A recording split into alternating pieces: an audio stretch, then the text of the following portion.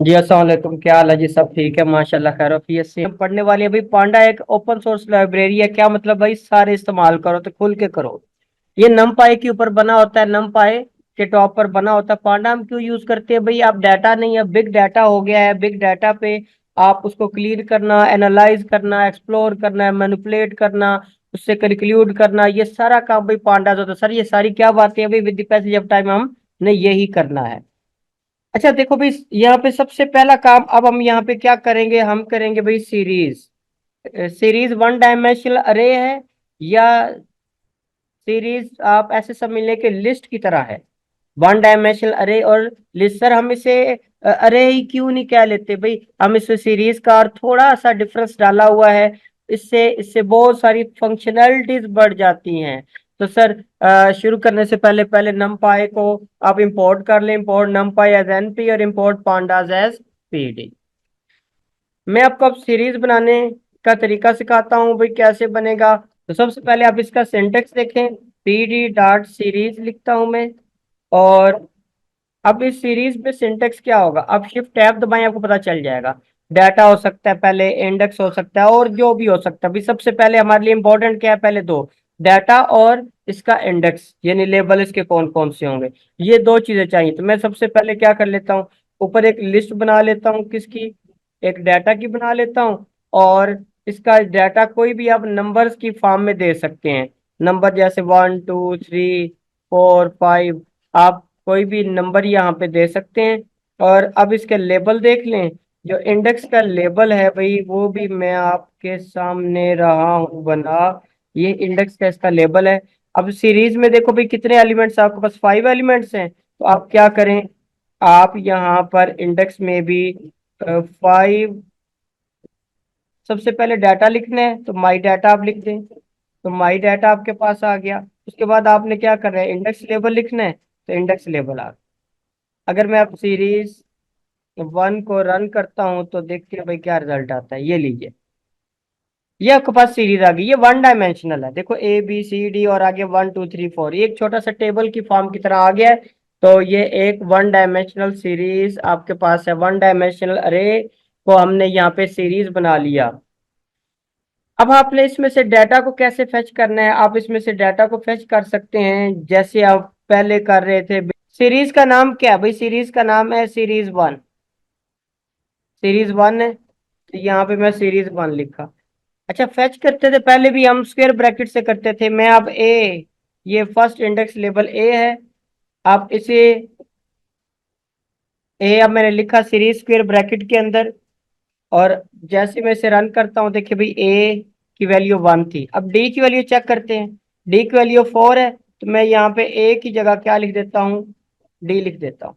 तो आपने square bracket के अंदर आपने इसे दो बार आपने सिंगल कोट लगानी है, उसमें रखें। और इसे जैसे ही रन करेंगे तो 4 की वैल्यू। इसी तरह आपके पास ये सीरीज का कोई भी एलिमेंट आप यहाँ से फाइंड आउट कर सकते हैं। अब मैं ना एक और सीरीज बना लेता हूँ यहीं पे। तो एक और सीरीज बना लेता हूँ। तो एक और सीरीज में मैंने सीरीज 2 लिखता हूँ। ये आपके पास सीरीज 2 होगी। सीरीज 2 के लिए भी वही काम करना है जो इससे पहले आप कर चुके हैं। आपके पास एक माई डाटा होना चाहिए और एक इंडेक्स लेबल होने चाहिए। इंडेक्स लेबल और माई डाटा, इन दोनों को मैंने कॉपी करके ऊपर लिख दिया। मैं इनके जस्ट नंबर्स को थोड़ा चेंज कर देता हूँ। तो 5 के बाद नंबर शुरू कर देता हूँ मैं, 6 7 8 9 और ये 10। और इसके लेबल्स भी मैं इससे ऑनवर्ड लिख सकता हूँ, या फिर मैं लेबल्स को यही रहने देता हूँ। पीडी डॉट सीरीज, सबसे पहले लिखेंगे आप माय डाटा। और उसके बाद लिखेंगे आप इंडेक्स लेबल। और ये लिख दें सीरीज 2। लीजिए जी। तो ये आपके पास आ गया ABCDE से लेके 6 7 9 10 तक में दोनों सीरीज हैं। अब देखो भी इसमें कमाल की बात क्या है? मैं इन दोनों सीरीज का अगर सम कर देता हूं तो क्या बनता है? ये सीरीज वन और सीरीज टू। ये देखिए, सीरीज वन और सीरीज टू में उसने दोनों सीरीज को सम कर दिया। पहली सीरीज में एक वैल्यू 1 थी, दूसरी सीरीज में एक वैल्यू 6 थी। इसने क्या किया? खुद ही इनके लेबल आइडेंटिफाई कर दिए, A6 और A1। और ए की इन दोनों वैल्यूज का सम लेके इसने 7 कर दिया।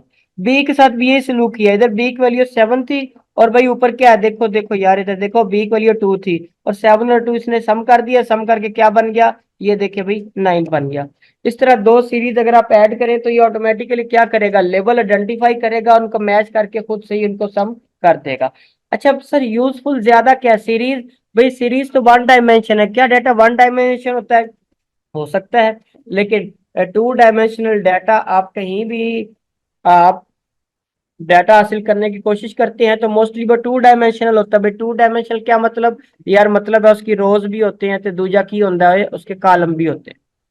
तो two dimensional data structure sir labelled, क्या भाई, हाँ जी हमने उसको लेबल भी किया होगा, ऊपर लेबल है ना, ए बी सी डी लगाई है ना, और इसी को तो लेबल कहते हैं। ओके, अब डाटा फ्रेम और डाटा फ्रेम के डिफरेंट मेथड्स कौन कौन से हैं, अब मैं आपको ये बताता हूँ। लो जी आ जाओ जी, डाटा फ्रेम। डाटा फ्रेम मैंने DF1 कह दिया, DF1 का मतलब है डाटा फ्रेम।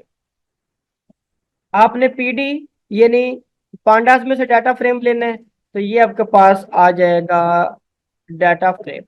इसका सिंटेक्स क्या है, अब शिफ्ट और टैब दबा के चेक कर ले, सबसे पहले डाटा आएगा, फिर इंडेक्स आएगा, फिर कॉलम नेम आएंगे, डाटा टाइप और कॉपी। हमारे लिए ज्यादा इंपॉर्टेंट अभी क्या, डाटा इंडेक्स और कॉलम है। तीन आर्गुमेंट्स चाहिए, डाटा चाहिए, इंडेक्स चाहिए एंड कॉलम चाहिए। ओके जी, डाटा। आप यहाँ पे डाटा की वैल्यू, मैं ना ऑटोमेटिकली डाटा को फेच कर लेता हूँ भाई, कैसे, नमपाई से कर लेता हूँ ना, और नमपाई से हमने पहले भी कई बार किया है ना, तो अब दोबारा कर लेते हैं। कैसे, मैं नमपाई में से एक रैंडम, नमपाई में से रैंडम को यहाँ से इंपोर्ट करता हूँ और रैंडम में से मैं रैंड कर देता हूँ भाई।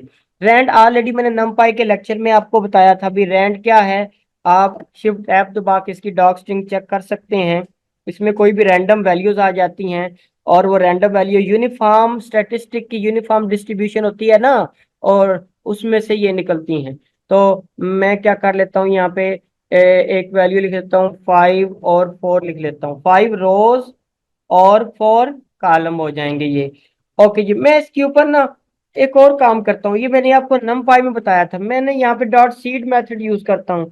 भाई मैं लिख देता हूँ np dot random dot seed, और याद है ना ये क्या करता है, इसका कोई आर्गुमेंट 1 2 3 4 जो मर्जी वाली दे दे, ये क्या करता था, इससे नीचे रैंड का डाटा ये चेंज नहीं होने देता, नहीं तो आपको मैंने बताया था हर बार इसको जब एग्जीक्यूट करते हैं डाटा बदल जाता है। रैंडम डॉट सीड ने क्या करना है, इससे नीचे जितना भी रैंडम डॉट रैंड ने डाटा यहाँ पे लिखना है वो सारा डाटा सेम रहना है। ओके जी, अब सबसे पहले मैं यहाँ पे क्या लिखूंगा, माई डाटा लिखूंगा, तो ये माई डाटा आपके पास आ गया, माई डाटा 2 था। ओके, अब ना डाटा के अलावा और क्या होना चाहिए, मैंने आपको बताया था लेबल होने चाहिए, इंडेक्स लेबल। मैं यहाँ पे इंडेक्स लेबल लिख लेता हूँ। इंडेक्स लेबल कैसे बनाने हैं, और इंडेक्स लेबल आप एक लिस्ट बना लेते हैं, लिस्ट में आप लगा लेते हैं ए लगा लेते हैं, बी लगा लेते हैं, सी और डी ये लगा लेते हैं। यार इंडेक्स लेबल कॉलम के नेम भी लेने हैं तो मैं कॉलम लेबल भी ले लेता हूँ, कॉलम लेबल्स। तो कॉलम के लेबल्स कौन से होंगे, आप कुछ भी लिख सकते हैं, मैं यहाँ पे लिख लेता हूँ अल्फा लगा लेता हूँ। ठीक है, इसी, मैंने अल्फा बीटा चार्ली डेल्टा लिख लिया। ओके जी, अब आपके पास डाटा फ्रेम में दोबारा से अब चेक कर ले, डॉग स्ट्रिंग क्या शो करती है, डॉग स्ट्रिंग आपके सामने सबसे पहले माई डाटा बताती थी, माई डाटा के बाद इंडेक्स लेबल आपको लिखना होता था, और इंडेक्स लेबल के बाद आपको कॉलम लेबल लेना होता था, कॉलम। अब इसी डाटा फ्रेम को अगर मैं रन कर देता हूं तो रन करने पे देखिए एक प्यारा सा टेबल बन गया है, देखो जी एक सोना जा टेबल बन गया, अल्फा बीटा चार्ली डाटा। तो कितनी आसानी से आपने यहाँ पे बना लिया एक अदर टेबल। अब डिफरेंट मेथड हम लेते हैं इस टेबल में से डाटा को फेच करने के लिए। लो जी, मेथड नंबर पहला, आपने इसमें से कोई भी कॉलम यहाँ से निकालना है, अल्फा कॉलम सारे का सारा उठाना है। तो कैसे लिखूंगा, मैं इसको फिल्टर करता हूँ, इसके दरमियान में मैं लिखता हूँ अल्फा, ये लीजिए मैंने अल्फा लिखा, और मैं अगर इसे रन कर देता हूं तो देखिए भाई क्या बनेगा, DF1, ये लीजिए, ये अल्फा की वैल्यू आपके पास सारी आ गई। तो अल्फा 0.43, 0.42, ये देखिए पहले 0.43, फिर 0.42, 0.29, ये पूरे अल्फा का कॉलम ए, इसके जो इंडेक्स हैं, इंडेक्स के लेबल्स हैं, उनके बिल्कुल साथ आया, नीचे शो कर रहा है ये अल्फा है, और डाटा टाइप भी वो बता रहा है कि ये क्या, फ्लोट है। सर अल्फा की जगह अगर आपने बीटा लेना है, चार्ली लेना है, सब कुछ लिया जा सकता है। सर अल्फा के साथ बीटा भी ले लें, साथ आप क्या कर लें भाई, बीटा ले लें, मैंने ये लिखा बीटा। अगर मैं यहाँ पे रन कर दूंगा एक एरर आ जाएगा भाई, क्या रन करके दिखाएं, ये देखो एरर आ गया ना। आपने क्या, जब एक से ज्यादा आपने यहाँ कॉलम के नेम लिखे हैं, आपने क्या करना है भाई, एक बार फिर यहाँ पे स्क्वायर ब्रैकेट लगानी है, लीजिए आप ठीक हो गया, अल्फा और बीटा दोनों की दोनों ही वैल्यूज आपके पास पहुंच चुकी हैं। ठीक है। अच्छा सर, हमने क्या करना है, एक नया कॉलम इसके अंदर ऐड करना है, नया कॉलम ऐड करना है तो अभी कर लेते हैं, रोल ही कोई नहीं। सबसे पहले आप इसका एक नाम रखें, फर्ज कीजिए हमने एक नाम रख दिया जीटा। ओके जी। और जीटा के सामने आप क्या करते हैं, आप इसकी वैल्यूज लगा लेते हैं, मैं लेट करता हूँ इसकी वैल्यू 0.1 है, 0.2 है, एंड सो वन 0.3, ये वैल्यू। अब इसी को मैं दोबारा से रन कर देता हूं तो क्या होता है, ये देख लीजिए, ये जीटा लास्ट के ऊपर आ गया, और लास्ट पे जीटा आ गया ना। ठीक है। अब आपके दिल में आया एक ख्याल, आपने कहा सर आपने यहाँ 5 वैल्यूज, 1 2 3 5 ही क्यों ली भाई, मैंने 5 इसलिए ली क्योंकि देखो भाई कितनी रोज है, 1 2 3 4 5 है ना, A B C D और E। आप कहते हैं नहीं सर एक रोज ज्यादा बढ़ाएं, हमें नहीं पता, लीजिए आपकी पुरजोर फरमाइश पे मैंने दिया बढ़ा और एरर ले आया। ठीक है। तो क्या कहते हैं सर, एरर नीचे पढ़ा करें, इसको समझने की कोशिश किया करें। वो कहता है length of value 6 doesn't match the length of index 5। तो आपको पता चले इंडेक्स और डाटा की वैल्यू आपस में सेम होनी चाहिए, तो क्या हम 5 से कम वैल्यू लेंगे ना, फिर भी नहीं लेंगे, तो तब भी एरर ही आपके पास आ, तो ठीक हो गया। तो ये जीटा। सर क्या कोई और तरीका भी है आप डाटा फ्रेम में एक नया कॉलम बनाने के लिए, जी और तरीका है, और मेथड क्या है, यहाँ पर देखें, मैं ना क्या कर लेता हूँ, इसी DF1 में जीटा के अलावा कोई और नाम बताओ भाई, जीटा का नाम हो कुछ और बता दियो ना यार, मैं न्यू लिख लेता हूँ। ओके जी। अब आप कोई से दो कॉलम्स आपस में ऐड कर दें तो वो एक तीसरा कॉलम बन जाएगा, तो दो कॉलम आपस में ऐड करें, एक कॉलम आ गया, और ये दूसरा कॉलम आ गया, पहला कॉलम, यहाँ पे पहला कॉलम आ जाएगा, पहला कॉलम अल्फा लिखा मैंने। और अल्फा कहाँ से लेना है, कौन से डाटा फ्रेम से लेना है, DF1 से लेना है, तो ये DF1 आ गया। उसके बाद सेकंड कॉलम आपके पास क्या है जी, वो है बीटा। ये बीटा कहाँ से है, DF1 डाटा फ्रेम है ना, तो साथ लिखना है सर कि हम DF1 में से ले रहे हैं। Okay good. आप इसे रन करेंगे, तो रन करने पर आपके पास, आप इसे रन करेंगे, रन करने के बाद आपके पास देखो न्यू कॉलम इसके एंड के ऊपर आ गया, वो एंड के ऊपर आ गया। अब आपके जेहन में क्वेश्चन आया कि सर आपने जितने भी कॉलम बनाए हैं वो सारे लास्ट पे आ रहे हैं, तो हमारा दिल करता है कहीं दरमियान पे आ जाए, भाई अपने दिल की सुनो और इधर आ जाओ। हमने DF1, हम डाटा फ्रॉम में डॉट इंसर्ट का मेथड यूज कर सकते हैं, डॉट इंसर्ट से आप किसी भी जगह पर डाटा को इंसर्ट कर सकते हैं। पहले कॉलम के बाद फर्ज करो मैं करना चाहता हूँ, और पहले कॉलम का इंडेक्स किया, बोलो और जीरो है ना, जीरो के बाद यहाँ पर इधर लगाना चाहता हूँ, तो डॉट इंसर्ट की आप डॉक स्ट्रिंग देख ले, सिग्नेचर चेक कर ले भी क्या है, ये शो कर रहा है कि लोकेशन, सबसे पहले आपने लोकेशन डालनी है यहाँ पे, फिर कॉलम का नेम डालना है, और फिर उसकी वैल्यू डालनी है। तो सबसे पहले लोकेशन, लोकेशन में क्या करता हूँ, जीरो, अल्फा है, जीरो के बाद यहाँ पर डालना चाहता हूँ, तो जीरो के बाद 1 होता है, मैंने लोकेशन इंटीजर 1 पे डाल दी। उसके बाद column name, column name string है तो आपने दो बार कोट्स लगानी है, सिंगल या डबल, उसके अंदर आप लिख सकते हैं, तो इधर मैं क्या लिखूंगा, मैं लिख देता हूँ ओमेगा। उसके बाद यहाँ पर डाटा, तो डाटा मैं लिस्ट की फॉर्म में दे रहा हूँ, तो 1 2 3 4 5, 5 ही डाटा देने हैं क्योंकि 5 रोज हैं। ओके जी। अब मैं इसे करता हूँ रन, और ये देखिए क्या आया रिजल्ट, ये देखिए ओमेगा क्या आ गया, अल्फा के बाद आ गया। ओके जी। अब एक और नेक्स्ट हम देखते हैं, इसी डाटा फ्रेम 1 की मैं शेप अगर देखना चाहूँ, शेप का मतलब कितने रोज और कितने कॉलम है, तो DF1 डॉट शेप में लिख सकता हूँ भाई। इसे रन करता हूँ, देखो भाई वो कहता है 5 रोज और 6 कॉलम है, ये देखो 5 रोज और 6 कॉलम। अब उसके बाद आप और फर्दर अगर किसी पॉइंट को इन डेप्थ देखना चाहते हैं कि उसकी लोकेशन क्या है इस सारे के सारे टेबल में, तो और लोकेशन के क्या मेथड है देखिए। कौन सा है डॉट एलओसी। एलओसी का मतलब ही भाई लोकेशन है। ये लोकेशन लेबल से लोकेशन को मेजर करता है। तो कैसे, आप शिफ्ट टैब दबा के आप इसकी डॉक्स्टिंग चेक कर लें। देखो वो कहता है प्राइमरली ये लेबल बेस है, और लेबल बेस है। इसका सिंटेक्स क्या है, रोज और कॉलम आपने इसमें बताने होते हैं। ये दरमियान में मैंने देखो भाई ये लगा दिया। आप इधर क्या लिखेंगे, इधर लेबल आप लिखेंगे, किसका लेबल लिखेंगे, रो का लेबल लिखेंगे, इधर कॉलम का लेबल लिखेंगे, और ठीक है ना। ओके जी, रो का लेबल और कॉलम का लेबल। मैं पहले सिर्फ और सिर्फ रो का लेबल लेता हूँ। तो रो कौन सी है, ए है। तो मैंने सिंगल कोट 2 बार लिया और मैं अब रन कर देता हूँ। ये देखो भाई, तो ए की वैल्यू ये थी, ए की वैल्यू 1 है, ए की वैल्यू ये सारी की सारी लाइन है, और ए की वैल्यू और अल्फा 0.43 आता है। ए की वैल्यू 1 है ओमेगा के सामने, तो ये ओमेगा के सामने 1 आ गया। ए की वैल्यू 0.02 बीटा के सामने, तो ये आ गया। सर अब ना, अगर आप चाहते हैं भाई, क्या चाहते हैं, ए की जगह आप कोई भी और पैरामीटर चाहते हैं, ई चाहते हैं, तो आप ई को क्लिक करेंगे तो ई की वैल्यू आ जाएगी। सर हम ना हम चाहते हैं कि पूरे का पूरा रो की बजाय कॉलम आ जाए, यानी पूरे अल्फा की वैल्यू चाहते हैं, पूरे अल्फा की वैल्यू चाहते हैं। तो आप इसके सिंटेक्स पे गौर करें। क्या करना है भाई, ये कॉमा है, तो कॉमा के बाद पहले रो था फिर कॉलम था, अब कॉलम का नेम अल्फा है। तो मैं यहाँ लिख देता हूँ भाई अल्फा, ये अल्फा आ गया। ओके जी, मैं अगर इसे रन करता हूँ देखते हैं एक एरर मिलेगा। वो कहते हैं इनवैलिड सिंटेक्स। ये क्या भाई, इसलिए क्योंकि आपने रोज के साथ क्या करना है ये नहीं ना बताया। मैं कहता हूँ यार रोज सारी की सारी आने दो।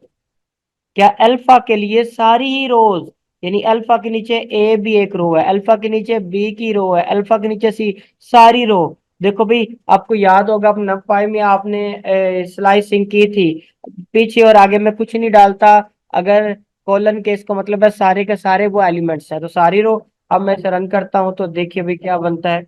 ये देखिए, पूरी की पूरी सारी रोज आ जाएंगी अल्फा के नीचे, तो ठीक है।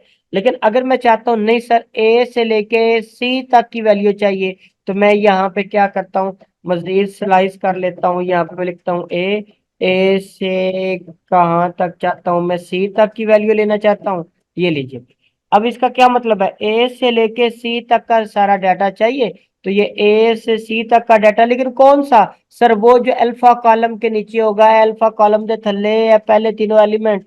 सर आम बात क्या है भाई, इसमें कॉलन से पहले और बाद दोनों ही वैल्यूज शामिल होती हैं। याद होगा पाइथन में ऐसा नहीं होता था, पाइथन में नहीं होता था, लेकिन इसमें होता है। ओके सर, अगर हमने कोई पर्टिकुलर वैल्यू लेनी हो, पर्टिकुलर क्या मतलब, सर मैं ये 2 नंबर निकालना चाहता हूँ, ये 2 2 2 2 निकालना चाहता हूँ। आप इसी मेथड को दोबारा से अप्लाई करें, रोज और कॉलम मैंने आपको बता दिया था। अब आप पर्टिकुलर वैल्यू 2 हासिल करना चाहते थे, तो दरमियान में मैंने एक कोट लगा दिया। और अब देखिए, इससे पहले रोज और उसके बाद कॉलम आपने बताना है। 2 की रो कौन सी है, 2 की रो सर बी है, 2 की रो बी है। तो मैंने ये बी लिखा। उसके बाद सर 2 का कॉलम कौन सा, ओमेगा है। तो फिर मैं लिख देता हूँ ओमेगा। लीजिए आप इसे सर्च करें और आपके पास 2 की वैल्यू। सर नहीं, मुझे ये 1.348 चाहिए। अच्छा, कैसे दे, सबसे पहले रो देखे सर, इसकी रो ई है, तो बी की जगह पे लाओ ई। और सर 1.348 इसकी वैल्यू कॉलम में न्यू है, तो इथे लाओ न्यू। ये लीजिए, आप इसे रन करें और ये 1.34 आ गया। अच्छा, अब एक मेथड है इंडेक्स बेस है। सर वो इंडेक्स बेस मेथड कौन सा है, मैं दोबारा से इससे बताता हूँ। मैं DF1 रन करता हूँ, आपके पास सारा टेबल आ जाएगा। मैं अब इसमें इंडेक्स बेस आपको करवाता हूँ। सर लोकेशन इंडेक्स बेस कैसी होगी, DF1.ILOC। भाई अब DF1 ILOC, अब ILOC का सिंटेक्स क्या है। अब दोबारा से शिफ्ट टैब दबाएं, वो क्या बताएगा, वो कहता है रिटर्निंग अ टपल। आपने इसके अंदर रिटर्निंग अ टपल, तो आप इसके इनसाइड इसने टपल रिटर्न करना है। आप यहाँ पे आए, इस प्राइमरली इंटीजर पोजीशन बेस्ड 0 1, आप कुछ भी बता सकते हैं। तो ये इंटीजर बेस है, आपने लोकेशन बतानी है क्या। सर अभी पता चल जाएगा क्या, मैं चाहता हूँ भाई क्या चाहता हूं मैं, ये पूरे के पूरे ए वाली वैल्यू, ये ए है ना, ए पूरी रो आ जाए। तो आप इसका इंडेक्स चेक करें भाई, जीरो इंडेक्स होगा ना, तो मैं यहाँ पे जीरो लगा लेता हूँ। ओके जी, आप सर्च करें, देखो भाई ए की वैल्यू आई सर, ये अल्फा ओमेगा भाई, ए की वैल्यू 0.43 है और अल्फा है 0.43 अल्फा। ए की वैल्यू 1 है ओमेगा के सामने, ओमेगा की वैल्यू 1। ए के लिए 0.54 है चार्ली के सामने, तो ये चार्ली के सामने 0.5। और ठीक हो गया ना। अच्छा सर, आप क्या चाहते हैं, आप चाहते हैं पूरे का पूरा कॉलम लेना चाहते हैं, तो कॉलम लेना चाहते हैं तो अब क्या होगा। अच्छा तो देखो, मैंने आई आई लॉग की जगह 1 लगा दिया, तो 1 यहाँ पे ये वाली ऑप्शन बताएगा, ठीक है, ये वाली ऑप्शन बताएगा। अब मुझे अगर अल्फा कॉलम चाहिए, तो सर कॉलम के लिए मैं क्या कर लेता हूँ, वही आपके पास, ये देखिए, कॉलम पहले रोज होना है फिर कॉलम होना है, मैंने यहाँ पे 1 लगा दिया। अब मैं इसे रन करता हूँ, देखते हैं एरर आता है इनवैलिड। क्यों, क्योंकि सर आपने नहीं बताया रोज के साथ क्या सलूक करना है। भाई मैंने रोज के एक जस्ट कॉलन लगा ली, इसका मतलब सारी की सारी रोज, ये देख लीजिए। तो क्या आ गया आपके पास, ये 1, सारी रोज है, ए बी सी डी सारी वैल्यूज आ गई। और कॉलम का इंडेक्स 1 लगाया, कॉमा के बाद कॉलन आता है ना, ये कॉलन है 1, ये 0 है, और ओमेगा वाला 1, ओमेगा 1। ठीक हो गया। अगर बीटा की सारी वैल्यू लेनी है 0.02 0.3, तो ये 0 1 और 2, यहाँ पे मैं लिख देता हूँ भाई 2, ये लीजिए। तो ये बीटा के नीचे सारी वैल्यूज आ गई। सर मैं कोई पर्टिकुलर वैल्यू लेना चाहता हूँ, ये 0.785 ये वैल्यू लेनी है, तो आप क्या करें, रोज और कॉलम की नोटेशन आपको मैंने ऑलरेडी बता दी भाई। क्या 0.529 की रो कौन सी है, इसके इंडेक्स बताएं, 0 1 और 2। तो यहाँ पे मैं इंडेक्स लिख लेता हूँ 2। और 0.529 का कॉलम का इंडेक्स क्या है, डेल्टा पे 0 1 2 3 4, यहाँ मैं लिखता हूँ 4। और देखिए यही वैल्यू आ जाएगी 0.5294। इस तरह आप कोई भी पर्टिकुलर वैल्यू को लोकेट कर सकते।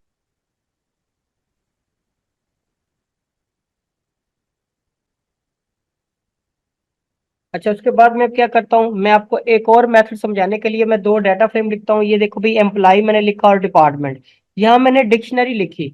तो डिक्शनरी से भी आप ये वाला टेबल बना सकते हैं। देखो भी कैसे बना सकते हैं। सबसे पहले मैंने ये एम्प्लॉय लिखा, ये एम्प्लॉय कॉलम का नेम बन जाएगा, और कॉलम के नीचे जितनी वैल्यूज है वो क्या, अमजद आसिफ आबिद हो जाएगा। उसके बाद डिपार्टमेंट, डिपार्टमेंट अगला कॉलम बन जाएगा, और उसमें अकाउंटिंग टीचिंग ह्यूमन रिसोर्स आ जाएगा।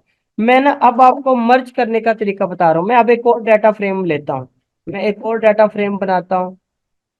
ओके जी, एक और डाटा फ्रेम, यहाँ पे मैं लिख लेता हूँ DF3, एक और डाटा फ्रेम ले लिया। और PD डाटा फ्रेम, इसमें भी मैं डिक्शनरी लेता हूँ, डिक्शनरी ली मैंने। ओके जी, तो ये वाला मैं वैसे ही कॉपी कर लेता हूँ, ये एम्प्लॉय आ गए। अब मैं यहाँ पे एक और सैलरी ले ली, और इनकी सैलरी क्या है, अमजद को 1000 देना है, सी आसिफ नु 2000 देने ने, ते HR नु 3000 देने ने। अच्छा, अब डॉट मर्ज कैसे चलेगा, देखो भाई गौर से देखें। मैंने ये ऊपर एक डाटा फ्रेम बनाया, ये एक छोटा सा टेबल है, और ये नीचे दूसरा टेबल है। इन दोनों में एक लेबल, कॉलम लेबल क्या है भाई, सेम है। इसमें भी एम्प्लॉय और इसमें भी एम्प्लॉय। तो फर्क क्या है दोनों में, एक में दूसरा कॉलम डिपार्टमेंट में है और दूसरे में सैलरी में है। मैं इन दोनों को मर्ज करके एक ही टेबल बनाना चाहता हूँ, पर शर्त क्या है भाई, एक कॉलम लेबल सेम होना चाहिए, कॉलम लेबल सेम होना चाहिए। अब मैं इन दोनों डाटा फ्रेम को मर्ज करता हूँ, तो PD डॉट मर्ज कर दिया, तो मर्ज कर दिया। आप इसकी डॉग स्ट्रिंग चेक कर लें भी क्या होगी, ये डॉग स्ट्रिंग है। मर्ज को कई तरीके से यूज कर सकते हैं, लेकिन मैं अभी आपको जरा इसका मोस्ट कॉमन मेथड एक बता रहा हूँ। आप इसको लेफ्ट से राइट से, आप डिफरेंट मेथड से इसे मर्ज कर सकते हैं। मैं इसका भी सिंपलेस्ट सिंटेक्स बता रहा हूँ। सबसे पहले डाटा फ्रेम 1 लिखना है, और फिर डाटा फ्रेम 2 लिखना है आपने, क्या, डाटा फ्रेम 1 और फिर सेकंड वाला डाटा फ्रेम। और इनमें आपने मर्ज करने के लिए क्या है भी जरूरी, एक कॉलम सेम होना चाहिए, और सेम कॉलम कौन सा है, अब वो देखते हैं भी। सेम कॉलम को ऑन रख लेता हूं मैं, ये लीजिए ऑन कर दिया। कौन सा कॉलम है, एम्प्लॉय। मैंने डबल कोट, यहाँ पे मैंने सिंगल कोट 2 बार लगा लिया, और ये मैंने एम्प्लॉय लिख दिया। अब मैं आपको एक और मेथड समझाता हूँ ग्रुप बाय का। ग्रुप बाय भी बहुत ज्यादा यूज हो सकता है। उसके लिए आप क्या करें, ग्रुप बाय आपको ग्रुप करना है। देखिए, मैं क्या करता हूँ, इसी डाटा फ्रेम को एक नाम दे देता हूँ। ये मैंने डाटा फ्रेम नाम दे दिया, ये 4 दे दी, ठीक हो गया। तो डाटा फ्रेम 4 मैं थोड़ा इसी में ही आपको ग्रुप बाय भी यूज करता हूँ। अब मैं चाहता हूं कि ये जो नया मैंने एक टेबल छोटा सा डाटा फ्रेम बनाया है, ये इसके अंदर कहीं जाके इसकी रो के तौर पर सेट हो जाए। भाई कॉलम बनाना मैंने सिखा दिया था, रो बनाने के लिए कॉन्केट मेथड यूज करते हैं। सर कैसे करेंगे कॉन्केट? मैं इसमें कॉन्केट कर लेता हूँ, ये जी कॉन्केट हो गया। कॉन्केट का क्या मेथड होगा, मैं शिफ्ट टैब दबाता हूँ, देखो भी वो क्या कहता है। वो कहता है आप सबसे पहले कोई डाटा फ्रेम लिखिए जिसके अंदर आप कॉन्केटिनेशन करना चाहते हैं। फिर उसके बाद आपने क्या करना है, दूसरा डाटा देना है जिसको आप ऐड करना है, कॉन्केट करना है। उसके बाद एक्सिस को डिफाइन करना है, एंड सो ऑन। बहुत कुछ आप यहाँ पे लिख सकते हैं। इन्होंने एग्जांपल दे के आपको समझाया भी होता है। ओके जी। तो मैं यहाँ पे कॉन्केट करता हूँ क्योंकि मेरे पास है 2 पॉइंट। सबसे पहले डाटा फ्रेम 4 इसके अंदर ऐड करना है, इसके अंदर मुझे कॉन्केट करना है। भी क्या नया रिकॉर्ड, क्या है न्यू रिकॉर्ड, मैंने आगे न्यू लिख दिया। फिलहाल मैं इसके इंडेक्स को इग्नोर कर देता हूँ, मैं लिखता हूँ इग्नोर इंडेक्स, और ये ट्रू कर दिया। मैं इसे डाटा फ्रेम 5 का नाम दे देता हूँ। डाटा फ्रेम 5 के बाद ये डाटा फ्रेम 5 को मैं रन करता हूँ। तो देखिए भी डाटा फ्रेम 5 के अंदर एक नई रो आ गई। भाई 0 पे अमजद आ गया। अमजद कितनी बारी आ गया, 2 बारी आ गया ना। एक बारी अमजद अकाउंटिंग चो 1000 रुपया ले रहा है, तो एक बारी अमजद फाइनेंस में से 3000 रुपया ले रहा है। तो हम अब अमजद को ग्रुप कर सकते हैं, हम ओवरऑल यहाँ पे ग्रुपिंग कर सकते हैं। तो मैं यहाँ पे ग्रुप बाय मेथड आपको समझाता हूँ। तो ग्रुप बाय मेथड में मैं ग्रुप बाय मेथड निकाल लेता हूँ। डाटा फ्रेम पे मैं अप्लाई करना चाहता हूँ, डाटा फ्रेम 5 मैंने बनाया। डाटा फ्रेम 5 को ग्रुप बाय का मेथड ये जी आ गया ग्रुप बाय। ओके जी, ग्रुप बाय का भी सिंटेक्स आप देख सकते हैं। सबसे पहले भाई क्या ग्रुप बाय, भाई ग्रुप आपने करना है किस बिहाफ पे करना है, किस नाम से आपने करना है, किसके लिहाज से करना है। साथ फिर आप एक्सेस बता सकते हैं, भाई रो से करना है, कॉलम से करना है, एटसेट्रा। ओके जी। सबसे पहले मैं कहता हूँ ग्रुप बाय एम्प्लॉय के नाम से। देखो अमजद अमजद, मैं एम्प्लॉय जितने भी हैं उनको ग्रुपिंग करना चाहता हूँ। तो मैं यहाँ पे लिख देता हूँ एम्प्लॉय। ये आपके पास ग्रुप वो कर रहा है, ये शो कर रहा है कि ग्रुपिंग हो रही है, ग्रुपिंग हो रही है। ओके जी। देखो मैं अब इसमें से क्या ग्रुप करना चाहता हूँ, मैं सैलरी देखना चाहता हूँ यार, मैं सैलरी देखना चाहता हूँ। तो मैं ये पास कर देता हूँ। मैंने आगे लिखा भी सैलरी, तो मैंने स्क्वायर ब्रैकेट लिखा, उसके अंदर सैलरी लिख देता हूँ। मैं भी रन करके देखता हूँ, भाई वो ग्रुप कर रहा है। भाई सैलरी, सैलरी में से मैं किस लिहाज से ग्रुपिंग करना चाहता हूँ, मैं सैलरी का सम करना चाहता हूँ, मैं मीन निकालना चाहता हूँ, मैं क्या करना चाहता हूँ। मैं फर्ज कीजिए मैं सैलरी का सम लेना चाहता हूँ। इस सम से क्या होगा, भाई जितने भी सेम नेम है, अमजद 2 बार आया है तो उनका सम आ जाएगा, अगर आसिफ भी 2 बार आता है तो उनका भी सम होकर रिजल्ट आ जाता है। अब देखिए, तो ये देखिए वो क्या किया, उसने अमजद के टोटल अमाउंट ग्रुप करके दे दी। भाई अमजद एक बार 1000 ले रहा था, फिर अमजद 3000 ले रहा था, 1000 3000 4000 हो गया, ये अमजद 4000। आप इसके अलावा मीन ले सकते हैं, जितने लोग ये सैलरी ले रहे हैं इनका एवरेज क्या है, आप एवरेज डिफाइन कर सकते हैं। ये भाई एवरेज, अमजद का एवरेज कितना है चेक कर लें भाई, और बाकी सबका भी एवरेज जो जो आता है। अमजद देखिए एक से ज्यादा बार आ रहा है तो एवरेज उसी का हमें समझ आ रहा है। देखो भाई अमजद 3000 और 1000 4000 रुपया ले रहा है, दो वैल्यूज हैं, दोनों का सम लेने के लिए दोनों दोनों का सम कर लें। एवरेज लेने के लिए उनके सम को नंबर से डिवाइड करेंगे। भाई कितने नंबर है, 1 और 2, तो दोनों का सम 4000 डिवाइड बाई 2, और क्या आपके पास आ गया 2000। ऐसे आप ग्रुप बाय का मेथड भी यूज कर सकते हैं। अच्छा उसके बाद मैं फिल्टर भी कर सकता हूँ। भाई फिल्टर क्या मतलब, फिल्टर कर सकता हूँ, इधर ही मैं कर लेता हूँ। मैं ना कोई बड़ा डाटा फ्रेम लेता हूँ ताकि आपको फिल्ट्रेशन सिखाऊं। बड़ा डाटा फ्रेम क्या है, डाटा फ्रेम ये देखिए ऊपर डाटा फ्रेम 1 था, ये देखिए ये डाटा फ्रेम 1 है। मैं इसी डाटा फ्रेम 1 को यहाँ पे लिख लेता हूँ। तो डाटा फ्रेम 1 यहाँ पे लिखा, डाटा फ्रेम 1 एक दफा फिर मैं लिख लेता हूँ ताकि उसकी वैल्यू आ जाए। अब मैं इसमें से फिल्टर करने की कोशिश करता हूँ। अब फिल्टरिंग का क्या मैकेनिज्म होगा भी बड़े गौर से समझ लीजिए भाई। फिल्टरिंग फिल्टरिंग आपको कोई कंडीशन है जो यहाँ पे सेटिस्फाई करनी है, कोई कंडीशन। ये DF1, मैं DF1 पे कोई कंडीशन लगाना चाहता हूँ। मैं चाहता हूँ भाई DF1 में से क्या भी आ जाए, अल्फा की वैल्यू आ जाए। ये मैंने पहले आपको एक्सप्लेन किया हुआ है। तो अल्फा की वैल्यू, ये देखिए भाई अल्फा आ गई। मैं इसे रन करूंगा, सिर्फ अल्फा की वैल्यू आ गई। अब मैं कहता हूं भाई नहीं, अल्फा में से वो वैल्यूज आनी चाहिए जो ग्रेटर देन 0 हो। भाई ग्रेटर देन 0 हो तो ये कंडीशन लगा ली। ये देखो भाई ग्रेटर देन 0, ये सारे ही ट्रू आ गए। देखो भाई अल्फा की वैल्यू पहले भी ग्रेटर देन 0, दूसरी भी ग्रेटर देन 0, तीसरी भी, चौथी, पांचवी। तो ये ट्रू ट्रू बन गया। तो समझ आ गई। मैं कोई और कंडीशन लगाता हूँ। चले, मैं ना कंडीशन लगाता हूँ भाई क्या, ऐसी कोई वैल्यू जो वो अल्फा के कॉलम में 1 से बड़ी हो, 1 से बड़ी हो। देखो 1 से कोई वैल्यू बड़ी है, कोई भी नहीं है।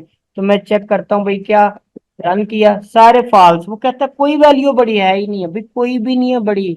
ओके जी, मैं और क्या करता हूँ, ये देखो 0.4।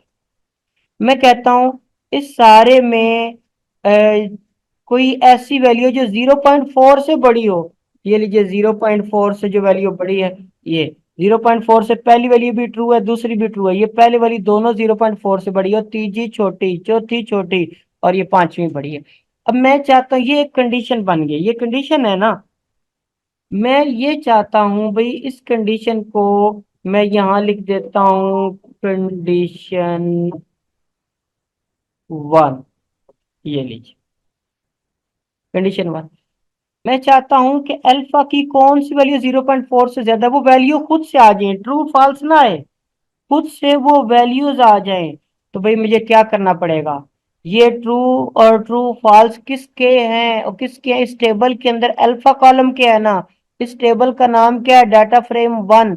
मैं इस कंडीशन को डाटा फ्रेम 1 के अंदर से पास कर देता हूँ। ये डाटा फ्रेम 1, इसके इनसाइड, इसके साथ मैंने स्क्वायर ब्रैकेट लगाई और ये कंडीशन लगा ली, कंडीशन। अब मैं रन करता हूं तो डाटा फ्रेम 1 के अंदर कंडीशन 1 जहां जहां लगेगी रिजल्ट आ जाएगा। तो कंडीशन 1 कहाँ कहाँ लगी ये देख लीजिए। अब इस डाटा फ्रेम के अंदर कंडीशन थी 0.5।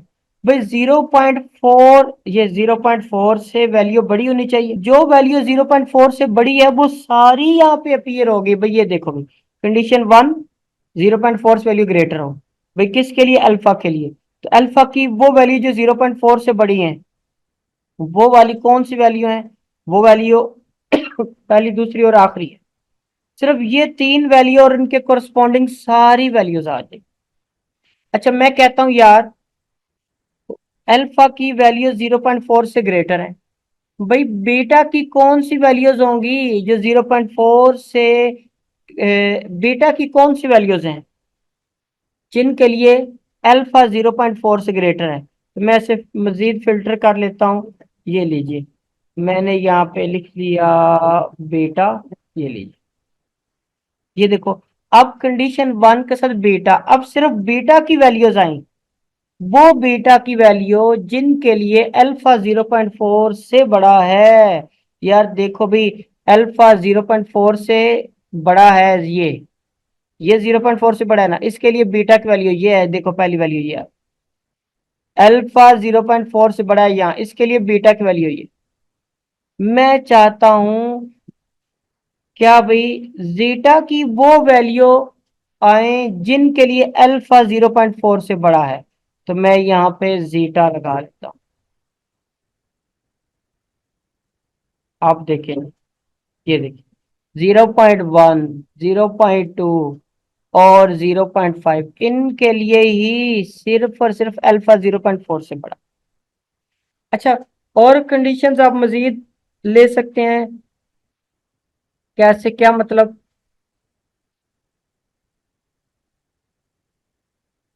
मैं चाहता हूं जीटा की वो वैल्यू निकले जिसकी वैल्यू जो 0.4 हो, वो कौन सी वैल्यू है। मैं एक और कंडीशन लगाता हूँ, ये कंडीशन 2 लिख लेता।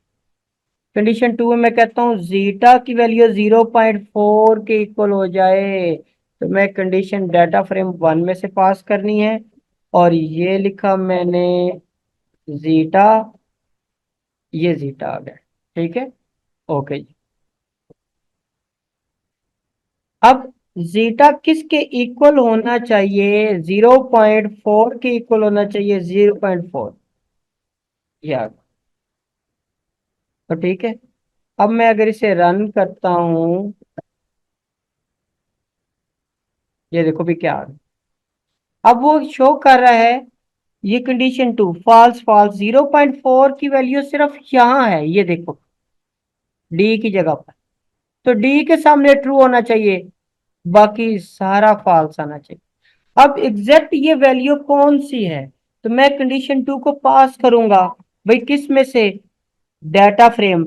ये पूरा डाटा फ्रेम, ये पूरे टेबल का नाम क्या है? ये टेबल का नाम है डाटा फ्रेम 1। मैं ये कंडीशन डाटा फ्रेम 1 में से पास कर देता हूं, ये लीजिए ये कंडीशन डाटा फ्रेम 1 में से। अब आपके पास एग्जैक्ट वही वैल्यू आएंगी जिनके लिए जीटा 0.4 हो। भाई जीटा ये 0.4 है, ये पूरी लाइन आ जाएगी।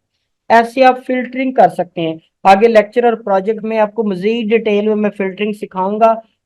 यहाँ तक आपके ज़हन में कोई क्वेश्चन हो तो आप टेक्स्ट कीजिए, मैसेज कीजिए, कमेंट कर दीजिए। और अपना बहुत सारा ख्याल रखिए। अल्लाह हाफिज।